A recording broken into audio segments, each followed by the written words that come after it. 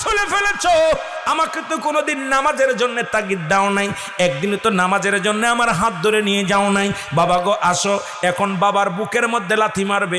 আমার আল্লাহ ডাক দে বলে, ফেরেশতারা কত বড় অপায়া সন্তান, অপদার্থ সন্তান, বাবার বুকে লাথি মারছে, ওর বাবাকে শুদ্ধ জাহান্নামের অগ্নিকাণ্ডে ঢুকায়া দাও। মেয়ে বলবে, আল্লাহ আমাকে একটা সুযোগ দেন, আমার বাবা তো কোনোদিন বেপরদায় চলার জন্য রাগ করেন নাই, আমার আব্বা তো কোনোদিন ওই মাদারীপুর গেলে আমার রাগ করে নাই, মার্কেট করতে কিছু বারণ করে নাই, আমার খালাতো ভাই মামাতো ভাইয়ের সাথে ঘুরছি বারণ করে নাই, চাচাতো ভাইয়ের সাথে ঘুরেছি বারণ করে নাই, আমি বেপরদায় চলাফেরা করেছি, বাবা কোনোদিন তাগিদ দেয় নাই রে। আজকে কোথায় রে আমার বাবা, আমার বাবাই।